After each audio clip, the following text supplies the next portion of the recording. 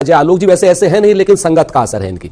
मैं अजय आलोक जी के ऊपर जम्मू कश्मीर की असेंबली के किसी कांग्रेस के मेंबर से मुकदमा करवा दूंगा। सच बोलना छोड़ दे मुकदमे के डर से। सवाल जरूर ऐसा हुआ जिसमें इंजीनियर रशीद भी शामिल थे, लेकिन सरकार की तरफ से वहां पर ये प्रस्ताव आया है ना, इसको आप कैसे नकार कर सकते हैं? मंदिरों से उनकी सारी संपत्ति छीन लेना, लेकिन मुस्लिम पर्सनल लॉ बोर्ड को छोड़ देना। हिंदू कोर्ट बिल को समाप्त करना, लेकिन मुस्लिम पर्सनल लॉ को टच नहीं करना। और तो और छोड़िए, 56 में बाबा साहब का देहावसान हो गया था। 56 से 60 34 साल लग गए। कांग्रेस पार्टी के ना जवाहरलाल नेहरू, ना इंदिरा गांधी, ना राजीव गांधी ने उनको भारत रत्न के लायक नहीं समझा। आप जैसे लोग ऐसे थिथरई करते हैं, जब चुनाव आता है तब जाकर के इस तरीके की भाषा का इस्तेमाल करके। हम पूरे देश में कह रहे हैं, पूरे देश के गांव-गांव में ये नारा गुजरा है, बटेंगे तो निर्ममता से कटेंगे, सिर्फ कटेंगे नहीं, निर्ममता से कसाईयों की तरह कटेंगे। दोस्तों नमस्कार, स्वागत है आप सभी का। आप देख रहे हैं एसके डिबेट। महाराष्ट्र और झारखंड विधानसभा चुनाव में बस कुछ ही दिन बचे हैं, लेकिन जैसे जैसे चुनाव की तारीख नजदीक आ रही है, वैसे वैसे सियासी पारा दिन ब दिन लगातार बढ़ते जा रहा है। राहुल गांधी 2024 के लोकसभा चुनाव के बाद लगभग हर चुनाव में संविधान को लेकर बीजेपी पर हमला बोलते हैं और लगातार यही बोलते हैं कि बीजेपी संविधान को बदलना चाहती है। इसी मुद्दे पर मोदी जी ने कांग्रेस पार्टी पर जोरदार हमला बोला। मोदी जी ने नांदेड़ में एक चुनावी रैली को संबोधित करते हुए कहा, संविधान के नाम पर लाल किताब छपवाना, उसमें से संविधान के शब्दों को हटाना, यह संविधान को खत्म करने की कांग्रेस की पुरानी साजिश है। मोदी जी ने एक बार फिर एक रहेंगे तो सेफ रहेंगे वाली बात को फिर से दोहराया। वहीं दूसरी तरफ कांग्रेस पार्टी ने बीजेपी पर आरोप लगाया कि ये नफरत की राजनीति कर रहे हैं। आज की डिबेट इन्हीं मुद्दों पर होने वाली है। बीजेपी की तरफ से डॉक्टर अजय आलोक और सुरेंद्र राजपूत कांग्रेस पार्टी की तरफ से हैं। दोस्तों वीडियो बहुत मजेदार होने वाली है। आपसे अनुरोध है वीडियो को अंत तक जरूर देखें। वीडियो पसंद आए तो लाइक करें, शेयर करें, कमेंट करें और मेरे चैनल को सब्सक्राइब करें। चलो दोस्तों मेन डिबेट स्टार्ट करते हैं। चलिए शुरू करते हैं। बाबा साहेब के संविधान को पैरों के नीचे कुचलकर जलाने वाले लोग, संविधान के प्रदत्त तिरंगे को सड़क पर जलाने वाले लोग, बाबा साहब के संविधान के प्रदत्त तिरंगे को अशुभ कहने वाले लोग आज की डेट में बाबा साहब के अनुयायी बनने की कोशिश कर रहे हैं और आरक्षण खत्म करने वाले लोग बाबा साहब के अनुयायी बनने की कोशिश कर रहे हैं।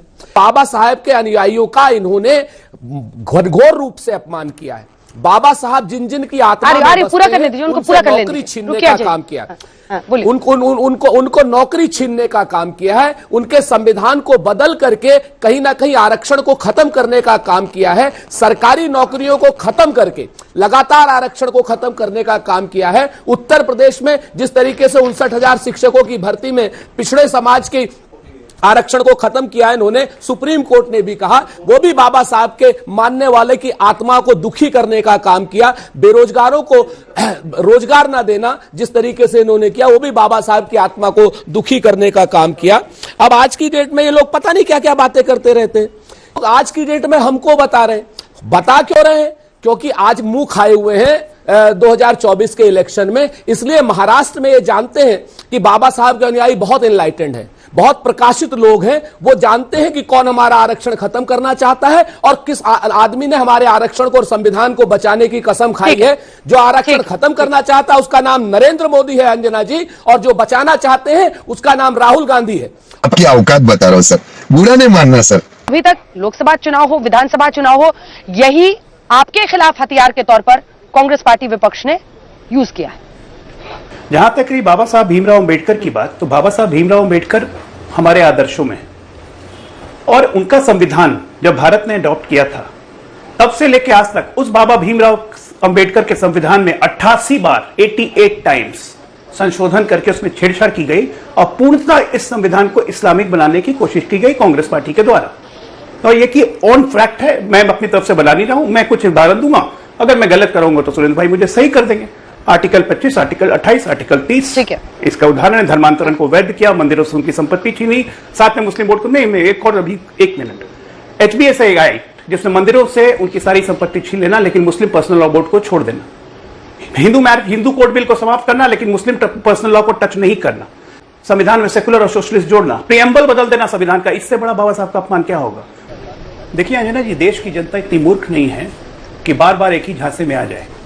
देश की जनता भी समझ रही कि काट की हांडी एक बार चढ़ गई, बार बार नहीं चढ़ेगी। जहां तक रहा प्रधानमंत्री ने कहा कि बाबा साहब का अपमान, तो कौन सी गलत बात कही? 1952 में जब 51 में जब चुनाव लड़े थे बाबा साहब, कांग्रेस ने उनको पराजित किया। 54 में भंडारा से चुनाव लड़े थे, वहां पे उनके साथ गद्दारी की पीठ में। अरे और तो और छोड़िए, 56 में बाबा साहब का देहावसान हो गया था। 56 से 60 तो 34 साल लग गए। कांग्रेस पार्टी के ना जवाहरलाल नेहरू, ना इंदिरा गांधी, ना राजीव गांधी ने उनको भारत रत्न के लायक नहीं समझा। 34 साल तक बाबा भीमराव अंबेडकर को भारत रत्न का इंतजार करना पड़ा, जबकि कांग्रेस पार्टी के कई दिग्गजों को नहीं करना पड़ा। आप जैसे लोग ऐसे थेथरई करते हैं कि जब चुनाव आता है तब जाकर के इस तरीके की भाषा का इस्तेमाल करके, ताकि आपको यह नहीं बताना पड़े कि एयरबस की और 10 लाख करोड़ रुपए की जो इन्वेस्टमेंट मुंबई में और महाराष्ट्र में आनी थी वो गुजरातियों में क्यों चली गई। अंजना जी 11 साल हो गए, आप नहीं थक गई हैं इन सारी चीजों को बार बार दोहराव में सुनते हुए? क्या इनको और सिर्फ चुनाव के समय सुनती हैं आप, बाकी 5 साल नहीं सुनती? बाकी 5 साल काट देंगे, बांट देंगे, गाड़ देंगे, ये कर देंगे। सच बात यह है कि हम आपके हिंदू मुसलमान के एजेंडे में नहीं आने वाले हैं अजय आलोक जी। और रही बात इस्लामिककरण की देश करने की, तो जिस तरीके से आप आरोप लगा रहे हैं, अगर आपके पास पुष्टता है तो इसका सुप्रीम कोर्ट में आपको जाकर के हमारी पार्टी को रद्द करा देना चाहिए था, जेल भिजवा देना चाहिए था। अंबेडकर जी के भारत रत्न पर सुरेंद्र जी आपने कुछ नहीं बोला, उस पर एक जवाब तो बनता है। एक नहीं, मैं 11 साल दे चुका हूं जवाब, 11 साल जवाब दे चुका हूं। अंजना जी आप भी थक गई है, लेकिन मसला क्या है कि ये लोग चुनावी के समय पूछते हैं।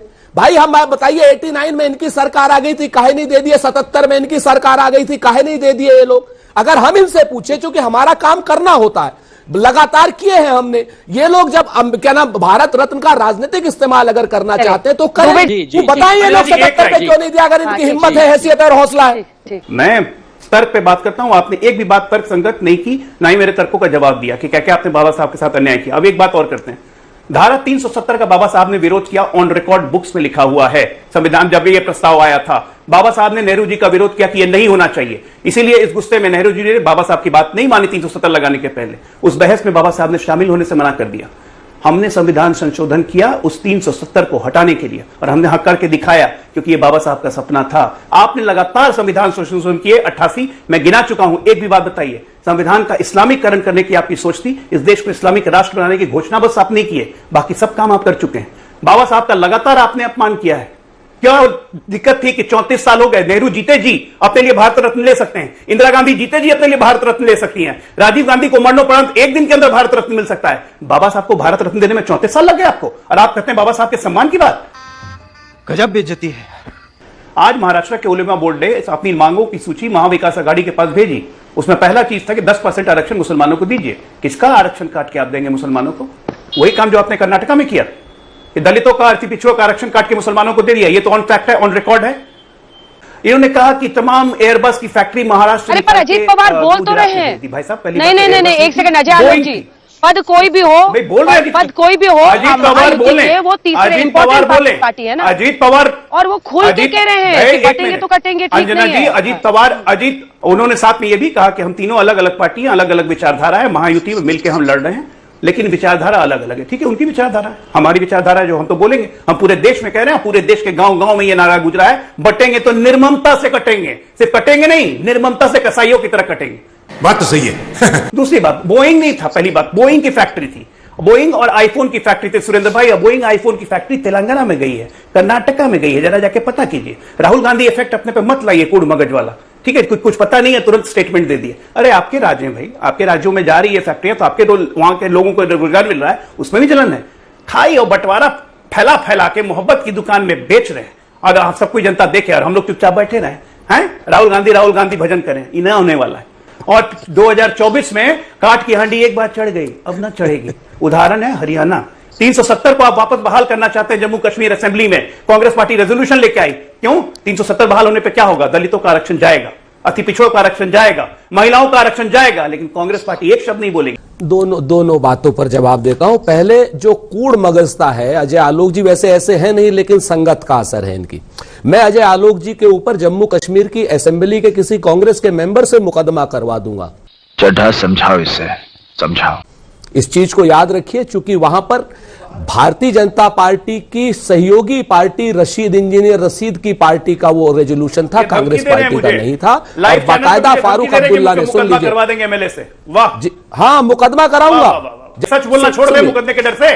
भारतीय जनता पार्टी का सपोर्टर है इंजीनियर रशीद का भाई, चुनाव से पहले इंजीनियर रशीद को भी छोड़ा था। तो भारतीय जनता पार्टी पीछे से कौन सा खेल खेल रही है? इससे बड़ा झूठ कुछ होगा और आप सुन रही हैं। नंबर एक, अरे उमर अब्दुल्ला ने बयान दिया असेंबली के अंदर, दूसरा, हमारा अपना संविधान अपना झंडा था, हमारा बहुत नुकसान हो गया।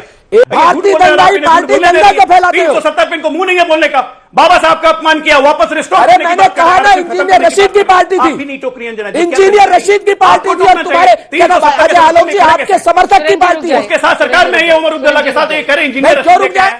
सरकार लेके आई है। 300 मैंने कहा इंजीनियर रशीद के साथ भाजपा खड़ी है, सरकार लेके आई है, और भाजपा का पूरा समर्थन है पाकिस्तान को भी, इंजीनियर रशीद को भी, और सारी देशद्रोही ताकतों के साथ भाजपा। उस दिन का बवाल जरूर ऐसा हुआ जिसमें इंजीनियर रशीद भी शामिल थे, लेकिन सरकार की तरफ से वहां पर ये प्रस्ताव आया है ना, इसको आप कैसे नकार कर सकते हो? मजा आया। देखा दोस्तों आपने डॉक्टर अजय आलोक और सुरेंद्र राजपूत दोनों को सुना। आप किसकी बात से सहमत हैं? दोस्तों वीडियो को लास्ट तक देखने के लिए दिल से धन्यवाद। और वीडियो के बारे में आपकी क्या राय है कमेंट सेक्शन में कमेंट करके बताएं। और अगर वीडियो पसंद आई हो तो लाइक करें, शेयर करें, कमेंट करें और मेरे चैनल को सब्सक्राइब करें। तो दोस्तों मिलते हैं अगली वीडियो में। जय हिंद, वंदे मातरम, जय श्री राम।